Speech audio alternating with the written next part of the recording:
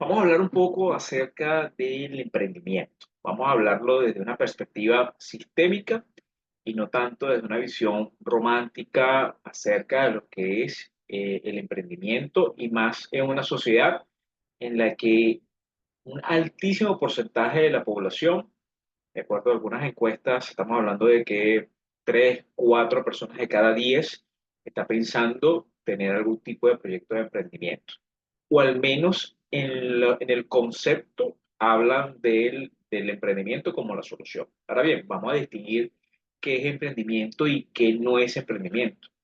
Desde el punto de vista técnico, el emprendimiento, si no tiene innovación, no puede ser considerado emprendimiento. Puede ser considerado un negocio, una actividad lucrativa, etcétera.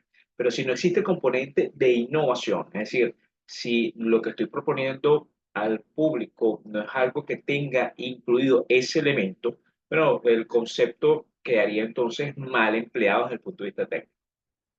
No pudiese denominarse que es un proyecto de emprendimiento. Puede ser considerado un proyecto de negocio sin ningún tipo de problema. Esto no es una situación que, digamos, deba ser satanizado de nada por el estilo. Sencillamente no califica con el concepto de emprendimiento.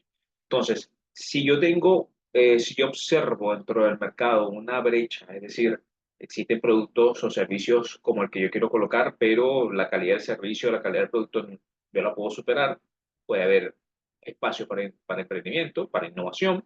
Si existe una problemática y yo tengo la manera de solucionarlo, pues allí existe una oportunidad de innovación, existe entonces la posibilidad de que esté hablando de un emprendimiento, o si sencillamente existen tendencias en el mercado, actualizaciones, todo lo que es el tema tecnológico que va avanzando de manera tan rápida que hace que pueda yo tomar cosas que están disponibles y elevarlas. Si llegamos a esa realidad, entonces estamos frente a los elementos perfectos para poder denominar esto como un emprendimiento. De lo contrario, pues sería pues complicado y no sería correcto. Ahora bien, dentro de los emprendimientos, podemos conseguir unos emprendimientos que tienen fines de lucro y emprendimientos que no tienen fines de lucro. Pueden haber, podemos estar hablando de emprendimientos sociales, está perfectamente bien, tienen que ser igual, cumplir con el criterio de sostenibilidad, es decir, tienen que ser económicamente viables, tienen que ser amigables con el ambiente, tienen que ser socialmente compatibles con el mundo en el que vivimos. Si es así, pues el emprendimiento puede ser con o sin fines de lucro. Eso no tiene tampoco ningún tipo de problema. Es más, en los últimos años han habido muchos emprendimientos sociales que han tenido unos impactos bien interesantes y para nada pueden entenderse que son proyectos a pérdida. Son proyectos que son rentables, que generan beneficios, lo único es que los socios no se benefician económicamente del proyecto, pero sí existe todo un ecosistema que se beneficia de ello. Y también tenemos fácilmente lo que es el intraemprendimiento, es decir, personas que no tienen deseos de entrar en un proyecto de emprendimiento, les cuesta hablar de negocio, les cuesta meterse en ese mundo, no por cuestiones que desconozcan el material, el tema, o por sencillamente no va con ellos el tema de emprendimiento, pero sí trabajan en empresas y constantemente están aportando, están creando, están innovando dentro de la empresa y ellos fácilmente pueden ser considerados intraemprendedores. Eso está también perfecto, eso no es ningún tipo de problema. No todas las personas nacieron para andar creando negocios o para independizarse, etcétera. Hay muchas personas que se sienten muy cómodas trabajando bajo relación de dependencia, eso hay que respetarlo, eso está muy bien.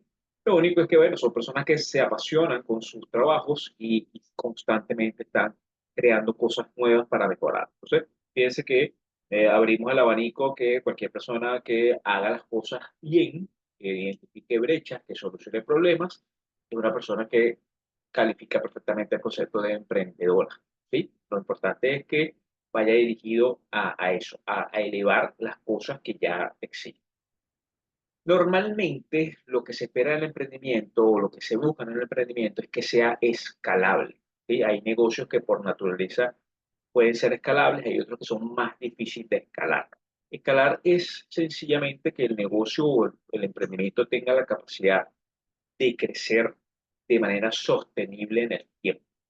Entonces, hay unos modelos que son muy fáciles o muy claros, no fáciles, muy claros de ver cómo escalan, otros no tanto. Por ejemplo, si yo tengo un bodegón hago cosas innovadoras, califico dentro del espectro de emprendimiento, pero la verdad es que tengo unos metros cuadrados que impiden que yo crezca, tengo una cantidad, una zona finita de un mercado de unas personas que son las que viven alrededor del bodegón, que son las que me consumen. Escalar un negocio de ese tipo puede llegar a ser complicado. ¿Por qué? Porque el mercado es finito. Estoy en un sector, una cantidad de personas X, un espacio físico X, entonces se hace complicado. Ahora bien, cuando ese negocio ya empieza a utilizar tecnología, por ejemplo, y empieza, hipotéticamente, ¿no? El caso de los bodegones es complicado, tendría que ser un producto más sofisticado. Empiezan a utilizar tecnología, empiezan a vender en línea, empiezan a hacer delivery, empiezan a tener una plataforma de pago en línea. La gente puede consumir los productos comprándolos de una aplicación, etcétera. El negocio se empieza a verse más escalable porque puedes, ya tus clientes no son los que están en tu radio de acción. Ya cualquier persona en un espacio físico más grande está en la capacidad de comprarte a través de una aplicación, a través de un pago automático, recibirlo a través de un delivery, etcétera, ¿no? Entonces, eso hace que el negocio sea potencialmente escalable. Por eso es que todo lo que es educación en línea, ustedes están haciendo un estudio en una universidad de los Estados Unidos, por ejemplo, y lo están haciendo en línea, fíjense que es escalable porque cualquier persona con una computadora en el mundo pudiese tener acceso a esa educación y eso hace que el mercado sea el mundo. Entonces, la escalabilidad es esa parte en la que tenemos que pensar, es decir, cómo yo hago que este negocio trascienda las barreras del espacio, ¿no? Ese concepto de escalabilidad es algo que tenemos que pensar cuando estamos en esa fase de diseño de un negocio. Bueno, muchas veces eso se va dando con el tiempo, ¿no? Primero comenzamos con nuestro mercado local, vamos entendiéndolo, vamos haciendo nuestros productos mínimos viables, vamos viendo cómo se va comportando todo y en la medida que vamos entendiendo, vamos pensando en cómo hacer que ya el mercado finito se convierta en algo un poco más grande. El último punto que quiero tocar en este video es el de todo lo que tiene que ver con los canvas, con los lienzos, ¿sí? El canvas es una herramienta mundialmente utilizada con el objetivo de poder en sus cuadrantes hacer una representación en blanco y negro de nuestro negocio, de nuestro proyecto de emprendimiento. Es muy útil hacerlo en todas las etapas, ¿no? Hay algunos puristas que consideran que los capas se tienen que hacer cuando ya el negocio ya es un producto mínimo viable o ya está funcionando, está en sus etapas tempranas. Hay otros un poco más flexibles que opinan que puede hacerse antes y como un pronóstico y después con el tiempo irlo mejorando y irle agregando cosas, etcétera. Pero de una otra forma es como una pintura, bueno, por eso es que es un lienzo, ¿no? Es una pintura en el que nosotros vamos dibujando todas las cosas que nos vamos percatando y es un ser vivo, ¿no? Porque en la medida que va pasando el tiempo vamos incorporándole más elementos.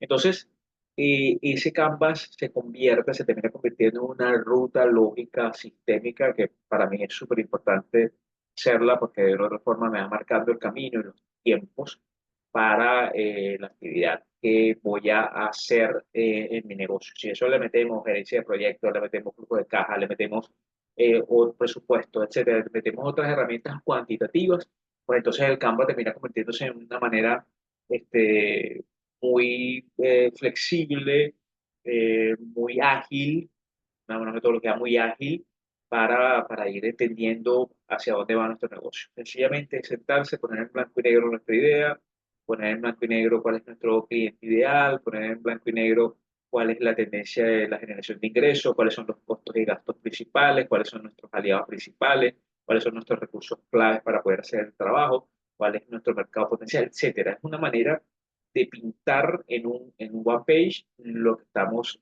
a lo que estamos apuntando. Yo creo que entender lo que es el concepto de emprendimiento, entender los tipos de emprendimiento, entender lo que es el concepto de escalabilidad, es decir, pensar cómo hago para que este negocio no depende solamente de mí, dependa solamente de mi tiempo, y además de eso, dejar todo esto en blanco y negro es una forma súper útil de hacer una ruta sistémica de lo que debemos hacer en nuestros proyectos de negocio. Eso hace que en un mundo por naturaleza de incertidumbres, agreguemos algo de certidumbre. Personas como yo, que somos un poco más cuadradas, la certidumbre nos permite, pues, dormir a veces un poco más tranquilo pensando que tenemos una ruta lógica. Espero que este video les haya servido de ayuda y de manera introductoria. Y bueno, seguimos avanzando en temas de emprendimiento. En el canal de YouTube pueden conseguir distintos tipos de videos relacionados con la parte ya más gruesa, digamos, de números y de indicadores.